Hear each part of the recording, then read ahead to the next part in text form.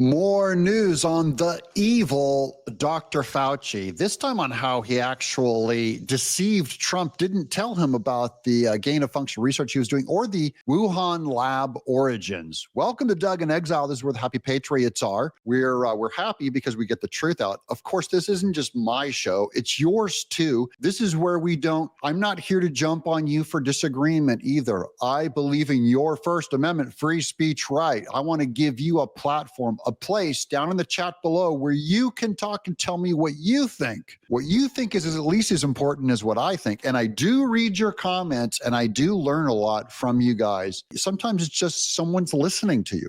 I hear you. Here's more on Fauci. This all started from a Rand Paul tweet that I saw just posted today. He said, this is huge news. I've already refiled my criminal referral of Dr. Fauci to President Trump's Department of Justice for lying to Congress. This is yet another reason he should be behind bars. That is a call to imprison Fauci by Rand Paul. This is the big Daily Caller article that just posted. Breaking: senior American intelligence officials broke protocol to conceal classified intelligence that COVID-19 came from a lab they kept it from the president and the public. That's senior American intelligence officials kept it from the president and from you and I, granting Fauci's inner circle extraordinary influence while silencing their own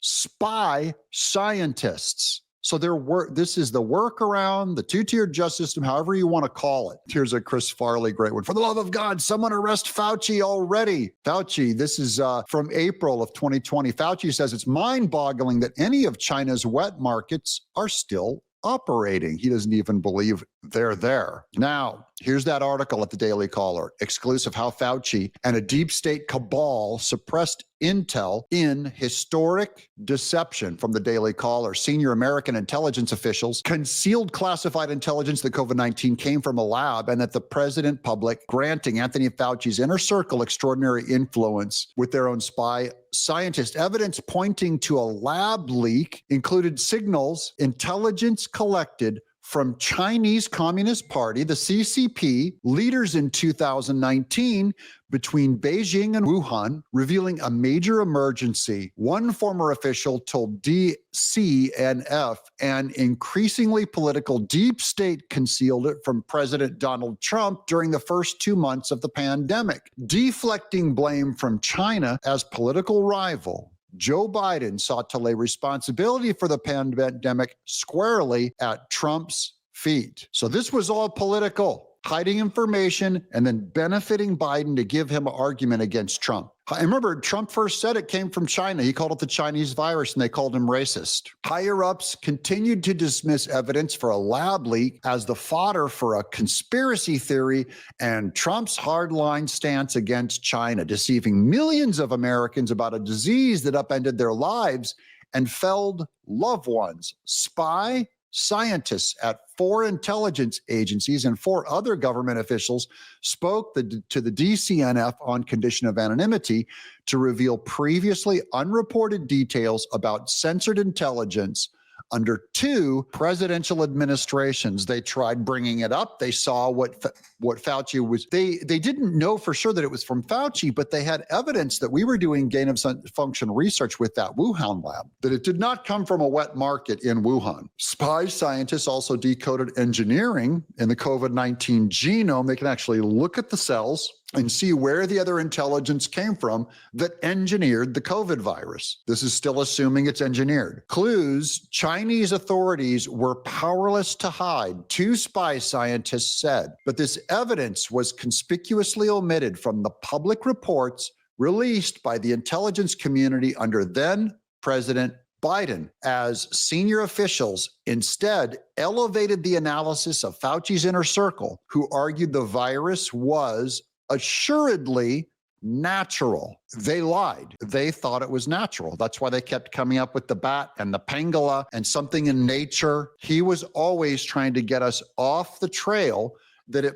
possibly could have been engineered at a Wuhan COVID virus lab. The omission prompted a formal complaint for one agency. One spy scientist said, DNI, Director of National Intelligence, Tulsi Gabbard, our hero, told the DCNF she would hold the intelligence community accountable by working with whistleblowers. So these two spy guys can go on the record privately with Tulsi Gabbard, even though they don't have to spill it here in public, reviewing classified material and investigating where taxpayer funds may have helped create the COVID-19 virus. That's our tax dollars going to gain-of-function research in Wuhan. Remember, they give it more function, they make it more deadly, they make it easier to spread so that they can allegedly test for a better vaccine or better way to controls and respond to it, which I believe actually ties them directly to pharmaceuticals because they want to be able to engineer vaccines for these things. But that's not, even if that's not part of the conspiracy, I'm just going to say, fine, you disagree with that? I'm fine with that. Gain of function may have other things besides just profiting pharmaceuticals there. Quote, and by the way, this Wuhan, China virology, COVID lab, were given multiple warnings that their procedures were sloppy. And that's why the fear that contagion would be released, that's why they come down and fine you and do oversight. They'd been warned multiple times. Quote, it is clear that dissenting views were likely silenced. Does that sound familiar? When Democrats don't give you your free speech, just like I don't silence your dissenting views, whether if it be Epstein or your opinion on Pam Bondi, I'm not censoring you. Dissenting views were likely silenced to support the Biden administration's preferred narrative. We've heard that about this is science. Even science has been politicized by Democrats. This is the same thing that happened with the Russia thing. They silenced intel that went against their narratives and then pumped up intel that supported their narrative. That's what the Democrat cult, the Democrat leftist woke mind virus does to you. It makes you, suddenly you see even mathematics and science through a Democrat lens of how this might weaken our power. We have to go attack it. Scientists that said there were only two biological genders had their science attacked. This is what they do, including scientists that said human life begins at conception. Human life begins at fertilization of the egg. No, human life doesn't begin. You can't say that's a human life that we're killing, that you end that human life. This is all across the board. You'll find it everywhere. The politicization, even of things that used to be outside of the realm of politics, hard science, facts, empirical evidence, data. They skew numbers and crime numbers and statistics in Washington, D.C. They're skewers, they're liars, they're manipulators of data, science, facts, reality. Under President Trump's maximum transparency agenda, we're committed to exposing the truth so that we can build back trust in the intelligence community. And guys, it's going to be a long time before I have my trust in the intelligence community. We just found out from Harmeet Dillon that she has removed something like 75% of these lawyers under her that were under Biden and were totally against Trump's agenda. It's going to take a long time for them to refill those government positions in those institutions. Before I ever trust the FBI, the CIA, just because Trump's in charge doesn't mean it's fixed. They're still rooting out all of the skewers of information, the liars of information, the twisters of facts and data, known as Democrats. Even in your government, you cannot trust them with facts. They will not give you the facts. They ask first, does this harm Trump? Then they believe it. Does this not harm Trump? Then they disbelieve it. Even when crime is wiped out in DC and people can walk down the streets again, there's Chuck Schumer saying anyone who tells you DC has a crime problem, this is before we went in and straightened it out. Because anyone who tells you that DC has a crime problem is delusional, that it's not safe to walk down the streets at night is delusional. Then you have a bunch of these blacks that actually live in the city going, it got better. Trump fixed everything. These Democrat liars, man, drives me nuts. Wait, there's more Democrat. Here's more good truth from Julie Kelly. Remember when the Bulwark, these are anti-Trump Republicans called the Bulwark, is a magazine, a whole bunch of them that used to be Stephen Hayes, a bunch of these Jonah Goldberg, a bunch of these guys, and the Dispatch is the other magazine. So they're trying to kind of hold up the old school Paul Ryan neocon conservatives. When all the Bulwarkers and Dispatchers and the NRO types said Donald Trump would end the Republican Party. That's what they claimed back when Trump was on the rise. They go, Trump will end. He's so awful. He will discredit it. Here's Shane Goldmacher with a response from that. New at New York Times. The Democrat Party is facing a voter registration crisis in red, blue, and battleground states alike, losing ground to the GOP everywhere. My deep dive into the numbers and what it reveals about the party's brand. I will spare you reading the New York Times. I'll only go to this helpful chart. Change in share of registered voters from 2020 to 2024. These are blue drops. Everywhere you see an arrow is a blue drop that is a Democrat drop in voter registrations in that state. Oregon, Idaho, Wyoming, South Dakota, Nebraska, Colorado, Utah, Nevada, California, Arizona, New Mexico, Alaska, Nebraska, Iowa, Kansas, Oklahoma, Louisiana, Florida, Kentucky, West Virginia, Pennsylvania, New York, New Jersey, Maine, Rhode Island, Massachusetts, North Carolina. Over half of the United States, Democrats hemorrhaging. Wait, there's more. 30 states plus D.C. allow for partisan registration. Between 20 and 24, Democrats lost 2.1 million voters in the states. GOP gained 2.4 million voters. That's a 5 million vote swing. Remember, we're talking about a maximum 2020, 85 million votes for Biden or whatever. They just lost 5 million votes, meaning the Democrats in a close election, they will never win again if this holds. These are all the positive growths in Republican registration. So number one, Democrats down. Number two, the red, all of these red areas up, even California, Arizona, New Mexico. These are blue states. Republicans are gaining. That's the universe is healing. By percentage, Democrats went from a nearly 11-point edge over GOP in 2020 to just over a 6-point edge in 2024. That's a 5-point swing. In Pennsylvania, the quintessential battleground, Democrats had registration advantage of 517,000 among active voters in 2020. And this summer, only 53,000. That is colossal. The universe is healing. And wait, I could go into Gavin Newsom, going into the numbers, Gavin Newsom, a complete fraud. You know it's bad when a Democrat like Joe Scarborough, listen to what he says about Gavin Newsom. The Democrats are trying to find their footing, and it's quite embarrassing, actually. I mean, Gavin Newsom, have you seen what he's doing online? And say, just take a deep breath. Yeah.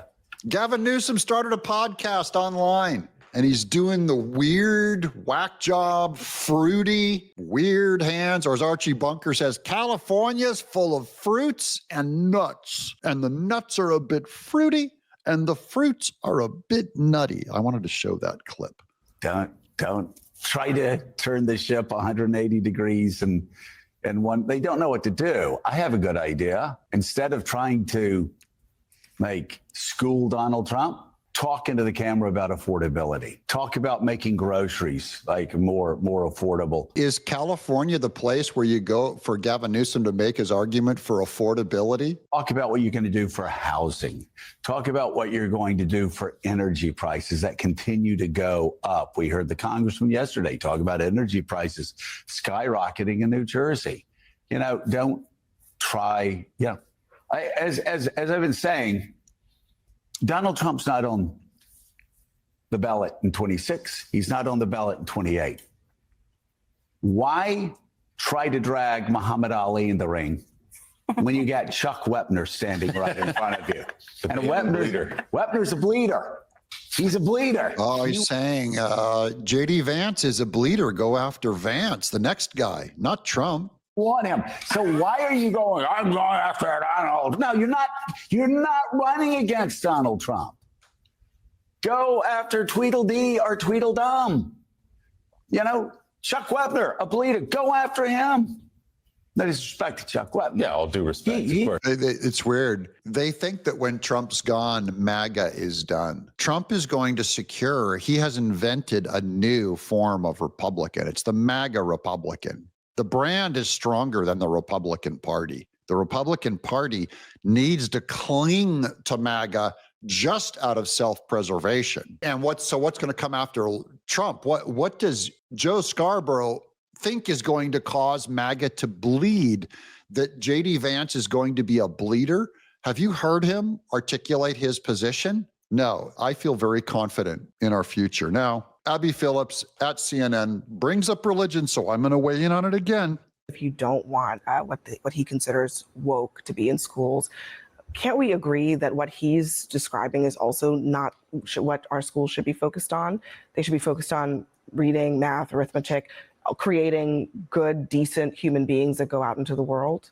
Well, she's trying to defend against Trump saying woke needs to be removed from schools. We just need math. What was the last part of his statement that you played was that in our classrooms, we're going to focus on reading and math and science and so on and so forth. Prayer and Bible and prayer and Bible. Christian religion, which, by the way, maybe some students are not Christian. Whatever happened to freedom of religion? Christian religion, prayer, Bible, Christian religion. Now, I have some people in my audience going, hey, Doug, religion should stay out of everything. Oh, you agree with Abby Phillip of CNN. You agree with Rachel Maddow. After a while, if you agree with everything Democrats say, and I agree with everything Trump says, you can make that argument, but Trump is okay with prayer in schools, reading the Bible, and the Christian religion as America's identity. Go talk to him, and you'll be sitting right next to Abby Phillips, Rachel Maddow, every leftist, Sonny Hostin. I'll give you the whole line. You have your good company, and I have my good company. I'm just saying, Abby Phillips, notice how they freak out when Christianity is brought up in schools. At the very least, you should be reading the Bible in public school because it's a historical document. The 10 Commandments are where we even get our idea of the law from, about law and the identity of our government. Our type of government was completely informed by the Old and New Testament. I'll have to do a whole show on this to show you, but the founders knew, especially John Adams and Madison, they knew this was a Christian nation. It doesn't mean that from the top. Go read Washington's Thanksgiving prayer, official government act to stop and thank God for the country. So you would be against that, but you would be okay if a teacher had other ideologies. I actually didn't say any of that. I just said, I don't think it matters what teachers believe. I think what matters is what they are teaching in the classroom. Because what about when they teach Kwanzaa? My daughter in Glendale, they would not celebrate Christmas. And I went and talked to that teacher. You'll be shocked. My little blonde girl was the only in a public school. We only had her in public school 1 year. That was first grade. She was the only blonde. They were all Armenian kids. And she is the only albino Tenaple kid. And their teacher would not let them do Christmas cards. It was Happy Holidays, it was Happy Hanukkah, and it was Happy Kwanzaa. That's a public school. I went and talked to them and I said, what in the H is wrong with Christianity? And here's the argument I got. This will floor all of you. She goes, I'm a Christian too. Just so you know, I'm a Christian too. But I just thought Christianity was so well covered in America that we would bring in other diverse religions to celebrate at Christmas. Christmas. They wouldn't even allow them to say Christmas. So that's even a Christian was selling out religion in our public schools. With friends like these, making the enemy's argument, who needs enemies? We live in a society where we don't police people's thoughts, or at least we're not supposed to. Oh, the Democrats saying they don't police people's. Oh, you police people's thoughts. Go walk around in public and say, I believe marriage is between one man and one woman. They're the only ones that can reproduce because they're the only one, because family is the structure of Western civilization. It is of you do not have civilization if you don't have a family. If you don't have a man and a woman cranking out kids, you don't have a family. You don't have a taxpayer. You don't have an increase in your population. You do not have civilization without a one man, one woman, married, so that you don't have 75% fatherlessness in the black community sending all the kids into prison, okay? You want a stable civilization starts with one man, one woman. Just say that fact in public, and you'll see people get into your thoughts and tell you, you're a bigot, you can't say that, you're a theocracy. What about all the other people that don't choose to have kids? They'll give all the arguments impugning your character for stating an obvious fact. Oh, you people, Abby, the Democrats love telling people what to think. What if, now I don't believe this, but what if I said, I don't like the black race? Okay, that's a terrible thing to say, I'll admit it. However, you want to change what I think. You're going to come in and jump down my throat for a thought I have. In fact, that's what they accuse all white people of having those thoughts. So I'm only saying, don't pretend like just because, see, they want every form of indoctrination and brainwashing, every form, atheism, they want an atheocracy, every form of it but Christianity. And what do you call it when you allow every ideology to be preached, judged, brainwashed into your head? Everyone gets an advocacy. Trans people get an advocacy. Pro-abortion gets an advocacy. Pro-birth control, which I'm not against, but I'm saying pro-birth control gets an advocacy.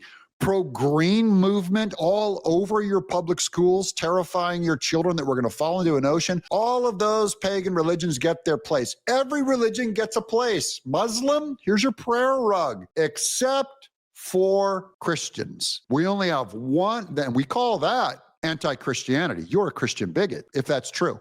So if they think something, if they personally believe something, you're going to prevent them from having a profession? I think the question is not what they personally believe, but what they are personally focused on. And there is no doubt What's that the difference between those things? The difference is, are you going to go into a classroom and spend your time focusing on some of these deeply held beliefs that you have more than you're going to spend your time on teaching the core subjects? That's what I would want to know. If I were the superintendent of education, I would want to know, are they here to teach or are they here to indoctrinate? This is a fair question that a lot of parents ask. It's also true that only 2 states are being targeted, California and New York, which also happen to be among the top performing schools amongst these age groups.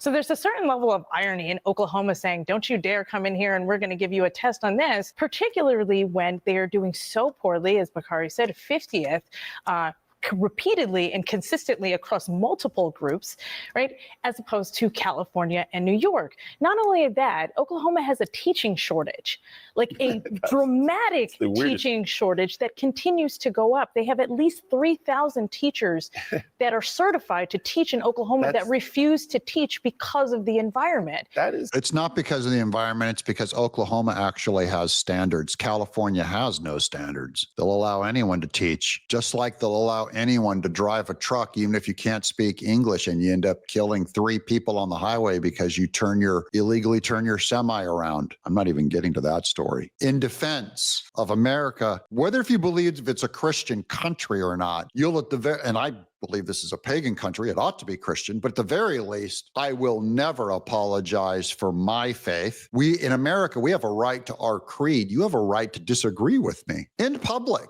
and say, Doug, I think your Christianity is wrong. That's when the argument begins. That's not when speech ends. I'm Doug in Exile.